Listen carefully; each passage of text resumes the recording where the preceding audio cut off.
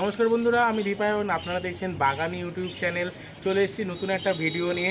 তো আগের ভিডিওতে আপনারা দেখেছিলেন যে আমি অনলাইনে অর্ডার করেছিলাম গ্রিন নেট। তো এখন দেখতে পাচ্ছেন সেই গ্রিন নেট কিন্তু আমার লাগানো হয়ে গেছে। তো সেই লাগানোর জন্য কী করেছি সেটা একটু আপনাদের সাথে শেয়ার করে নিই। তো প্রথমে কী করেছি, এই নেটটা কিন্তু আমি অ্যামাজন থেকে অর্ডার দিয়েছিলাম। আমার ছাদের সাইজ আছে, ভেতরে রয়েছে 15x18 রয়েছে। তো আমি এটা এনেছি 10x15, দুটো আমি গ্রিন নেট নিয়েছি। নিয়ে সেটাকে আমি বিভিন্ন স্ট্রাকচারের মাধ্যমে এটাকে লাগিয়েছি। তো দেখুন কীভাবে লাগিয়েছি। প্রথমে সেইটা স্ট্রাকচারের জন্য আমি যেটা অর্ডার করেছিলাম না, তার সঙ্গে কিন্তু এরকম রোপ আমাকে দিয়েছিল, যেটার মাধ্যমে আমি এটা প্রত্যেকটা লাগাতে পেরেছি। আর এই স্ট্রাকচারটা করার জন্য আমরা এটা লাগানোর জন্য একটি স্ট্রাকচার বানিয়ে এনেছি। সেটা হচ্ছে কি এরকম একটা স্ট্রাকচার। এটা লোহার দোকানে আপনারা গিয়ে আনতে পারেন নিয়ে। তো কীরকম স্ট্রাকচার এটা একটা আমার যেটা এখান থেকে আমি একটা 5 ফুটের একটা রড নিয়েছি। সেটাকে আমি এমন অ্যাঙ্গেলে রেখেছি যাতে আমার এটা এদিকে বেরিয়ে না আসে। সেই কারণে আমি এটা এরকম বানিয়ে নিয়েছি। এটা তলার দিকে কিন্তু 1 ফুট আমার বাড়ানো রয়েছে, সাপোর্টটা ভালো আসার জন্য, যাতে এটা ভালো স্ট্রেংথ হতে পারে। এটা কিন্তু খুব ভালো স্ট্রেংথ হতে পারে, আমাকেও ঝুলিয়ে দিতে পারবে, এরকম কিন্তু স্ট্রেংথ রয়েছে এটাতে। তো এইটা কিন্তু শুধুমাত্র গ্রিনেটের জন্য এটা আমি করিনি, এই স্ট্রাকচারগুলো। এটা করে আরেকটা কারণ আছে, আমার এই বাগানে সবসময় হনুমানের একটু অ্যাটাক হয়। তো আমার যেহেতু গোলাপ গাছ করি, আর আপনারা জানেন যে গোলাপ গাছের কচি পাতা আর কুড়ি হনুমানের খুব ভালো খাওয়ার। তো সেই কারণে কিন্তু আমি পুরো এই সাইড থেকে আমি ওই মাংকিনের যেটা হয় বা বার্ডনের যেটা হয় সেটা দিয়ে কিন্তু ঢেকে দেবো। সেই কারণে আমার স্ট্রাকচারটা মেনলি দরকার। তো দেখুন আমার ছাদে টোটাল 1 2 3 4 5 6টা স্ট্রাকচার করা আছে। আর এইখানে একটা রড আছে, এইটা মেনলি করা আছে। আবার তো জামা কাপড়ও কিছু মেলতে হবে, যে জায়গাটা ফাঁকা রয়েছে, সেই কারণে এই রডটাও লাগাতে হয়েছে আমাকে। তো যাই হোক, তো এই করে কিন্তু আমি গ্রিন নেটটা লাগানোর জন্য এটা করেছি, প্লাস আমার ওই মাংকি নেটটা লাগাতে হবে সেই কারণেও করেছি। তা আমি অনেকে বলেছি যে এইটা কারণ কী দরকার ছিল। এটা করেছি আমি যেহেতু বলেছি সস্তায় আমি বাগান করবো, সেই কারণে কিন্তু আমি এটা করেছি। এটা কিন্তু আরও ভালোভাবে করা যায়, অনেক টাকা খরচা করে করা যায়, যে আমি একদম এরকম রড বাইরের দিক দিয়ে লোক ডেকে লাগিয়ে দেবো। কিন্তু এটা আমি পুরোপুরি নিজে করেছি। আমি দোকানে গিয়ে মাপ দিয়ে বানিয়ে এনেছি, আর নিজেকে পুরো একদম সেটটা আমি নিজের হাতে করেছি। এখানে দেখতে পাবেন যে এখানে যে ফার্স্ট নাট আছে সেটাকেও আমার ড্রিল করে লাগানো রয়েছে, সেট করা রয়েছে। এটা কিন্তু নড়বে না, নাড়াতে পারছে না, কিন্তু আমি নিজে নাড়াতে পারছি না। এটা খুব ভালো স্ট্রেংথ রয়েছে। আর এমন কিছু তো এর মধ্যে আসবে না। হ্যাঁ, ঝড় আসলে কিন্তু এটা খুলে রাখতেই হবে। এটা মেনলি লাগানোর কারণ একটাই, এখন শীতকাল চলে গেছে, গরমকাল চলে আসছে। তো গরমকালে তো গাছগুলোকে একটু ছায়া দিতে হবে, সেই কারণেই কিন্তু এই গ্রিন নেটটা লাগানোর দরকার। ঠিক আছে, আপনারা যদি মনে করেন যে না আপনারা ব্যালকনিতে করছেন, যেখানে আমার সবসময় রোদ আসছে না, সেখানে কিন্তু দরকার পড়বে না। যদি আপনারা যদি ওপেন এরিয়াতে করেন, যেখানে আপনার কিছু গাছ থাকবে, যে গাছগুলো সবসময় রোদ্দুর পেলে সমস্যা হবে। আর এখন আমাদের গরমকালে টেম্পারেচারটা 40 ডিগ্রি 42 ডিগ্রি উঠে যায়, সেটা সবসময় গাছ সহ্য করতে নাও পারে। ঠিক আছে, সেই কারণে কিন্তু আমার এই গ্রিন নেটটা দেওয়া। আর এতে করে কী হয়, গাছ খুব ভালো থাকে, এমন না খুব খারাপ হয়। আমার গ্রিন নেট আমার আগেও ছিল, ছোটো গ্রিন নেট ছিল। আর এই গ্রিন নেট লাগানোর জন্য, এইসব স্ট্রাকচার লাগানোর জন্য দেখতে পাচ্ছেন গাছগুলো আমার কিন্তু এইভাবে এক জায়গায় রাখা রয়েছে, গোছানো নেই বাগান একদম। পরের ভিডিওতে আপনি দেখাতে পারবো যে বাগানটা গোছানোর পরে কীরকম সুন্দর লাগছে, সেটা দেখে আপনারা অবশ্যই কমেন্ট করে জানাবেন যে কীরকম লাগছে। কিন্তু ইতিমধ্যে আমি কিন্তু আরও কিছু গাছ সংগ্রহ করেছি। তো আসলে আপনাদের সাথে শেয়ার করলে সেই গাছগুলো। তো এই গাছটা আপনাদের আমরা দেখিয়েছিলাম, এই গাছটা আপনারা নিশ্চয়ই আগে দেখেছেন আগের ভিডিওতে। এইটা আর হচ্ছে গিয়ে এই গাছটা ল্যান্টানা ক্রোসেন্ডা। ঠিক আছে, তো এই গাছ দুটো আমরা আগে থেকে ছিল। নতুন কী গাছ নিয়ে সেটা দেখিয়ে দিই। এটার পরে আমি নিয়ে এসেছি এই গাছটা। দেখুন কালারটা কি সুন্দর, এইটা একটা কালার আর এইটা একটা কালার লাল। তো এইটার নাম হচ্ছে টেকোমা। ঠিক আছে, এইগুলো কিন্তু গরমের গাছ। আর এইটা একটা ছোট গাছ হয়েছে, এটা হচ্ছে এটা লঙ্কা। আর এই গাছটা দেখুন খুব সুন্দর, এটা কিন্তু গরমেরই গাছ। এটার নাম হচ্ছে মিলি। কালারটা দেখতে পাচ্ছেন, ছোটো ছোটো ফুল হয়। আর এটা একটুখানি ক্যাকটাস গোত্রীয় গাছ, দেখে বুঝতে পারছেন জল কম লাগে এই গাছটাতে। এটা গরমকালে, এটা সারা বছরই ফুল হয়। আমাকে সেই হিসেবে বলেছে, আমি এটা আগে করিনি, ফলে বলতে পারবো না। আমি করার পর আপনাকে জানাতে পারবো যে এটা সারা বছর ফুল হচ্ছে কি হচ্ছে না। আপনাদের কেউ করে থাকলে অবশ্যই আমাকে জানাবেন ভিডিওতে কমেন্টে যে এটা কি সারা বছর ফুল হয় কি হয় না। আর একটা এনেছি, আমার কাছে বাড়িতে অলরেডি আমার পেছনে জমিতে লাগানো আছে দুখানা না 3 রকমের টগর। এই টগরটা আমার কাছে ছিল না, তো এই টগরটা আমি এনেছি। এটা থোকা টগর আমাকে বললো। এটাতে কিন্তু হালকা সেন্টও রয়েছে। ঠিক আছে, আর এই গাছটার সাথে আপনারা খুবই পরিচিত, এই গাছটা আমি এনেছি। এই গাছটা দেখুন তো ফুলটা,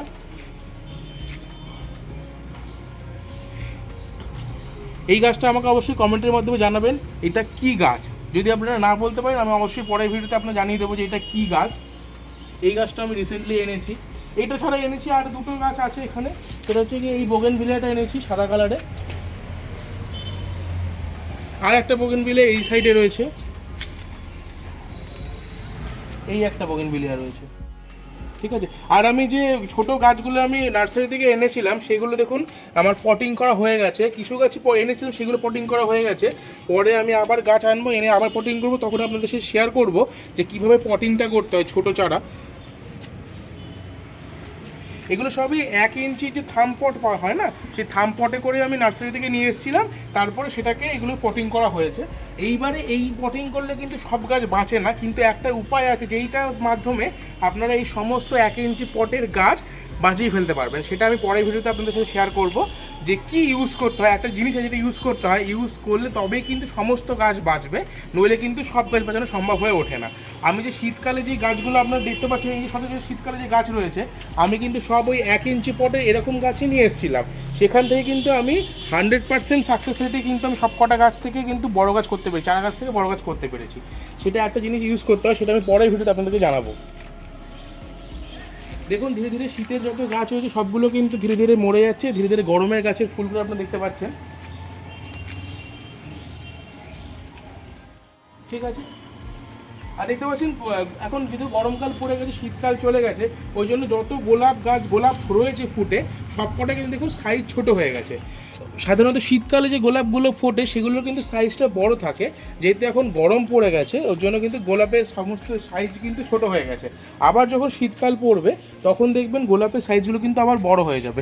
এই যে এইটা হচ্ছে কি অ্যাব্রাকাডাবরা, দেখুন এখানে অনেক ফুল হয়ে রয়েছে একসঙ্গে, কিন্তু প্রত্যেকটা ফুলের কিন্তু সাইজ ছোট। শীতকালে আমার যদি আগের কোনো চ্যানেলের ভিডিও দেখে থাকেন সেখানে দেখবেন যে সাইজগুলো কিন্তু অনেক বড় ছিল, কিন্তু এখন আপনি দেখতে পাবেন যে সাইজগুলো কিন্তু খুবই ছোট। ফুলের কোয়ান্টিটি আছে কিন্তু সাইজ কিন্তু ছোট, সেই কারণ গরম পড়ে গেছে বলে। গোলাপ কিন্তু সারা বছরই ফোটানো যায়, এমন না যে ফোটানো যায় না, ফুল নিতেও পারবো, অসুবিধা নেই, কিন্তু শীতকালে যে গোলাপের সাইজটা ফুলের সাইজটা বড় থাকে, আর গরমকালে কিন্তু ধীরে ধীরে ছোট হয়ে যায়। আর অনেকে বলেন যে গোলাপের কুড়ি কেটে দিতে, আমি বলি যে দরকার নেই, আমি গোলাপ গাছটা এখন কাটবো না, যখন এই ফুলটা আমার শুকিয়ে যাবে আমি 3 পাতার পর থেকে কাটবো। এর ফলে কী হবে, এই স্টেমগুলো কিন্তু শক্ত থাকবে, মোটা হবে, এবং পরবর্তীকালে এখান থেকে যখন আবার ডাল বেরোবে সেই ডালগুলো শক্ত থাকবে, কোনো সমস্যা হয় না। আমি 2 বছর ধরে গোলাপ গাছ করছি, আমার এইভাবেই আমি করে এসেছি, আমার কিন্তু কোনো সমস্যা নেই। এই যে গ্রিন নেটটা লাগিয়েছে না, এইটা লাগানোর জন্য কিন্তু আরেকটা জিনিস করতে হবে, যদি আপনারা বড় গ্রিন নেট লাগান না, যদি বড় জায়গা থাকে আপনারা কিন্তু এরকম তলায় সাপোর্ট দেবেন। হ্যাঁ, সাপোর্টটা দেওয়ার কেন হয় কি, যে হাওয়া দেয় তো হাওয়াতে না অনেক সময় এটা নড়ানড়ি করে, এর ফলে কী হবে এই যে কোনার দিকে যে বাঁধাগুলো রয়েছে না এগুলো ছিঁড়ে যেতে পারে, যাতে ছিঁড়ে না পড়ে যায় এই কারণে কিন্তু আপনারা এই দড়ির বাঁধনগুলো দেবেন, ঠিক আছে। আর একটা জিনিস দেখিয়ে দিই, আপনাদের আমি আগের ভিডিওতে দেখিয়েছিলাম যে জুঁই ফুল আর বেলি ফুলের আমি যে রিপোর্টিং করেছিলাম আর যে সার প্রয়োগ করেছিলাম, দেখতে পাচ্ছেন এখানে সুন্দর কুড়ি এসে গেছে, কিছু অলরেডি ফুল হয়ে পড়েও গেছে, তলায় যদি থাকে এই দেখো শুকিয়ে পড়ে গেছে, এখানে এই শুকিয়ে পড়েও গেছে ফুলগুলো, কিছু এখন কুড়ি এসছে প্রচুর পরিমাণে। আর এইখানেও দেখুন, আর এখানে আর এটা রয়েছে আপনার জুঁই রয়েছে, দেখুন এখানেও কুড়ি এসে গেছে সুন্দর। এটা আমি দেখেছিলাম আপনাদেরকে, এটা কিন্তু আমি রিপোর্টিং করেছিলাম, করার পরে দেখুন কি সুন্দর কুড়ি এসে গেছে, 2 সপ্তাহ মোটামুটি হয়েছে বোধহয়, তার কিছু বেশি হবে হয়তো, আমার ঠিক খেয়াল করছে 2 সপ্তাহই হবে এটা 2 সপ্তাহ আগে। দেখুন 2 সপ্তাহের মধ্যে কত ফুল এসছে এই গাছগুলোতে। এই গাছগুলো কিন্তু খুব একটা বেশি যত্ন লাগে না, এটা যদি আপনারা বছরে একবার সার দেন, বা যদি মোটামুটি মনে হয় 3 মাস পর পর যদি একবার সার প্রয়োগ করেন আর জলটা যদি ঠিক মতন দেন, তাহলে কিন্তু গাছগুলো খুব বাড়িতে করা যায়। গাছ ফুলগুলো খুব সুন্দর হয়, ভোরে ফুল হয়, কিছুদিন পরে দেখবেন পুরো ঝাঁকড়া হয়, প্রত্যেকটা ডালে প্রচুর ফুল থাকবে। এগুলো তো আপনার ক্লাস্টারের ফুল হয়, মানে একটা ব্রাঞ্চে অনেকগুলো করে ফুল হয়, এটাকে বলে ক্লাস্টারের ফুল। তো দেখুন এই দেখুন এদিকে দেখতে দিতে পাবেন, এই দেখুন একটা ডালের মধ্যে কিন্তু 3খানা কুড়ি এসছে।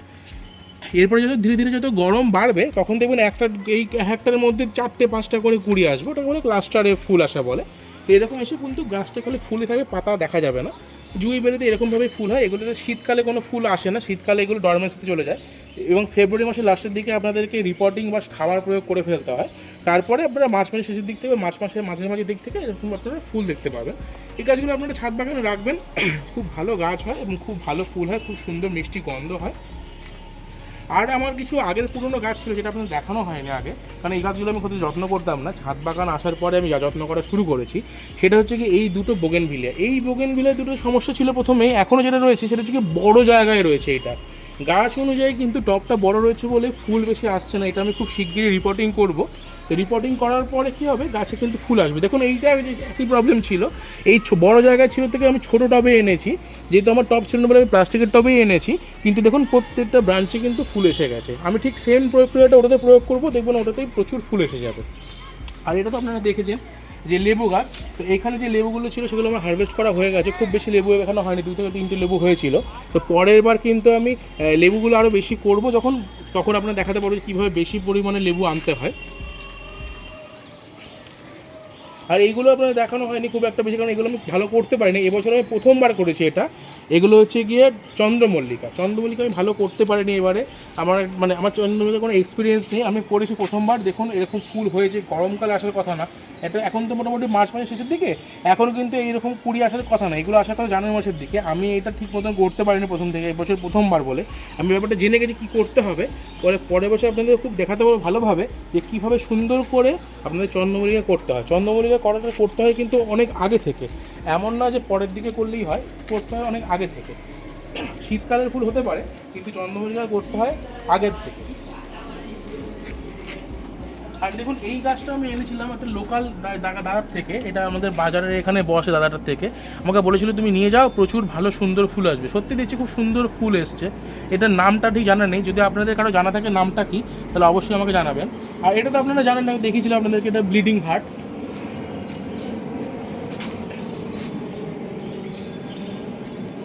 ঠিক আছে, তাহলে ভিডিওটা আজকের মতো এখানে শেষ করছি। যদি আপনাদের কিছু জানার থাকে, কোনো প্রশ্ন থাকে, অবশ্যই আমাকে ভিডিওর কমেন্টে জানাবেন। আর অবশ্যই চ্যানেলটাকে সাবস্ক্রাইব করে দেবেন, ভিডিওটা ভালো লাগলে লাইক করবেন।